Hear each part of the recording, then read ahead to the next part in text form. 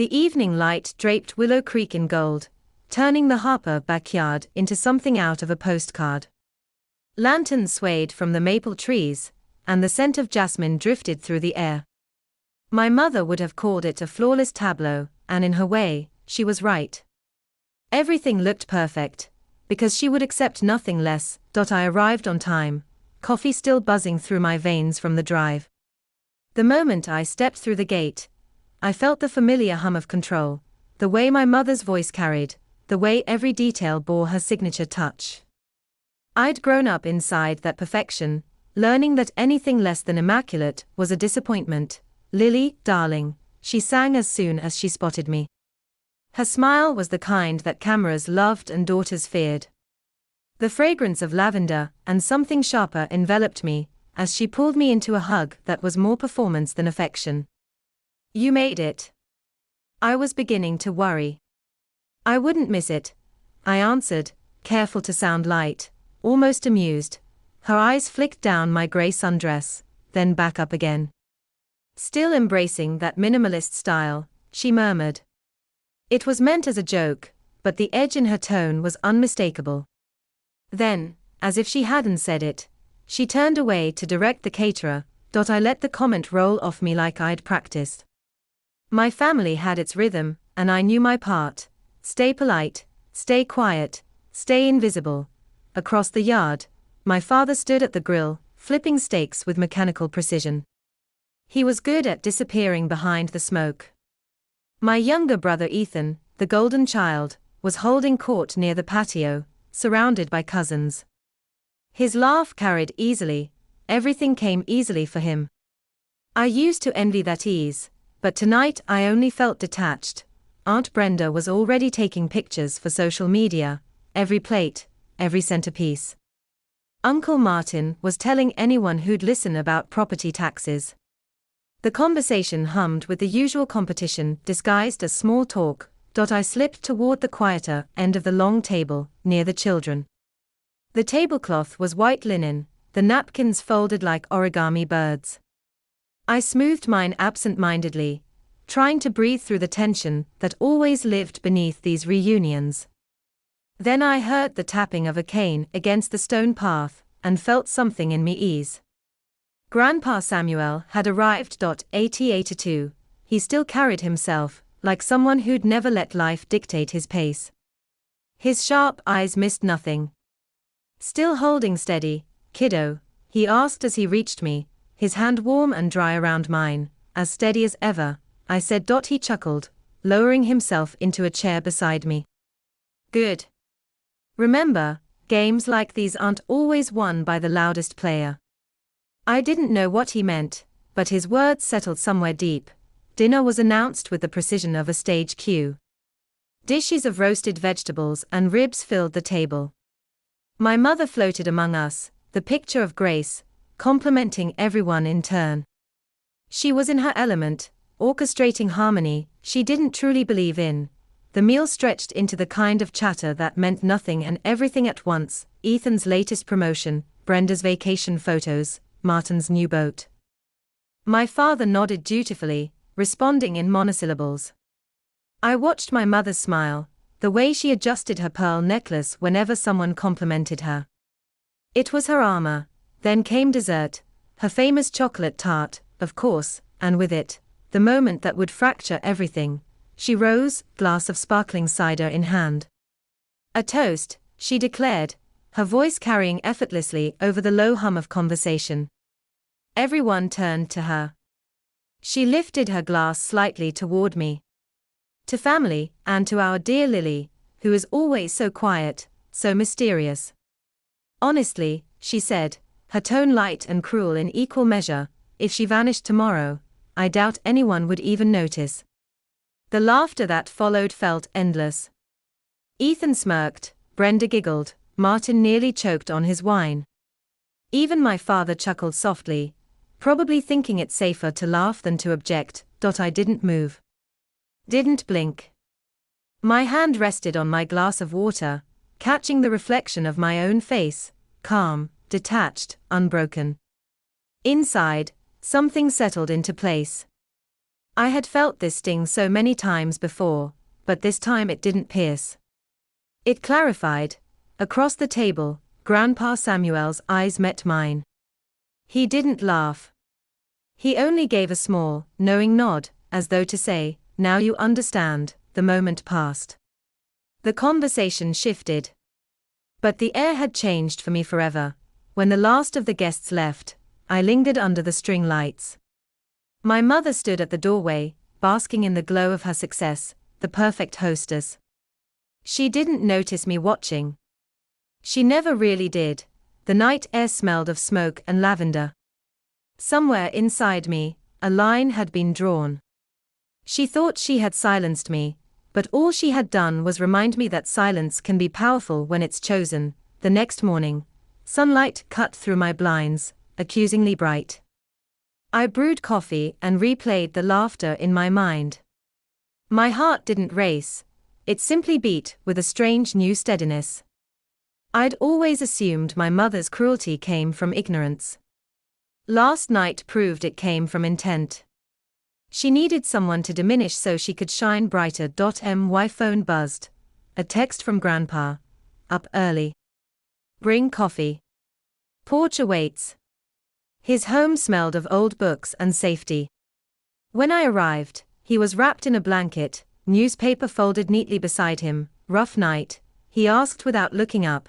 You could say that, I answered, setting down 2 mugs. She crossed a line, he said. She always does. He nodded. But you handled it differently this time. I didn't want to give her the satisfaction of a reaction. That's wisdom, he said. Let people show themselves. Truth needs no defense. We sat in silence for a while, listening to the morning sounds, birds, distant lawnmowers, the soft creak of the porch swing. Then he reached into his cardigan pocket and handed me a small envelope. My name was written on it in his careful handwriting. Keep this, he said. Open it when you know why you need to. I frowned. What is it? A balance, he said cryptically. Every storm needs one. I slipped it into my bag, promising myself I wouldn't open it out of curiosity. When I returned to my apartment, the quiet felt different, less lonely, more intentional. I sat at my desk and scrolled through photos from the reunion that Aunt Brenda had already posted online. The captions spoke of laughter and unity. None of them showed the moment of my mother's toast, of course. Still, I saved the images. I didn't know why, only that they might matter someday. Later that afternoon, I stopped by my father's study under the pretext of returning a folder. He looked tired, his tie loosened, his expression wary. She didn't mean it, he said as soon as I mentioned the toast. Yes, she did. He sighed, rubbing his forehead. It's easier not to confront her.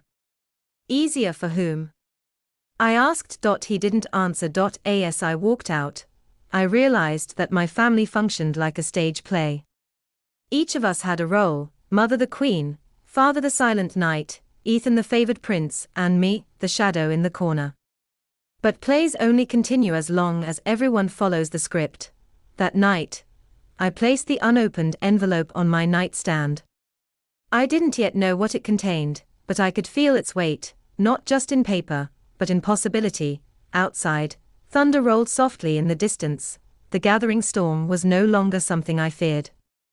It was something I was ready to face. 4 days after the reunion, I drifted through my apartment like someone waking from a long, strange dream. Nothing outside had changed, the same city noises, the same early morning light, but inside, everything felt rearranged.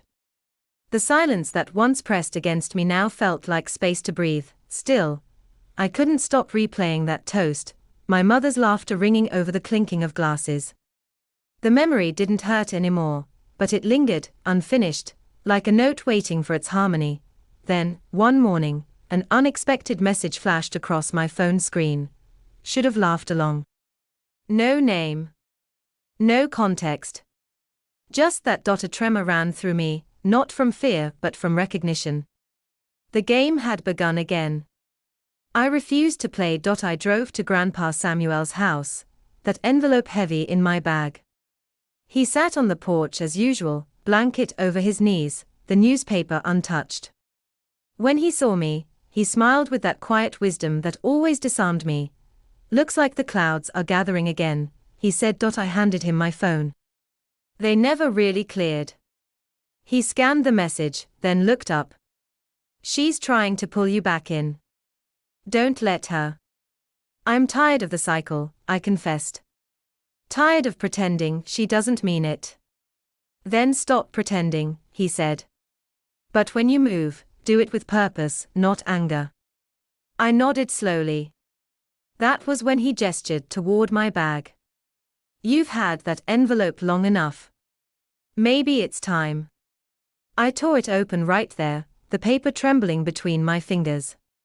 Inside was a letter and a legal document, his will. The letter was short. "Lily, peace belongs to the one who stops fighting to be seen and starts living as if she already is. When the storm comes, stand firm. The will named me sole inheritor of his estate, the lake cabin, his savings, everything." I stared at it, stunned. "Why me?" "Because you'll protect the piece of it," he said simply. "The others would turn it into another trophy." I wanted to argue, but deep down I knew he was right. A week later, the storm broke. It began with my mother's call, sweet, measured, dripping with honeyed civility. "Lily, darling, we need to discuss your grandfather's confusion.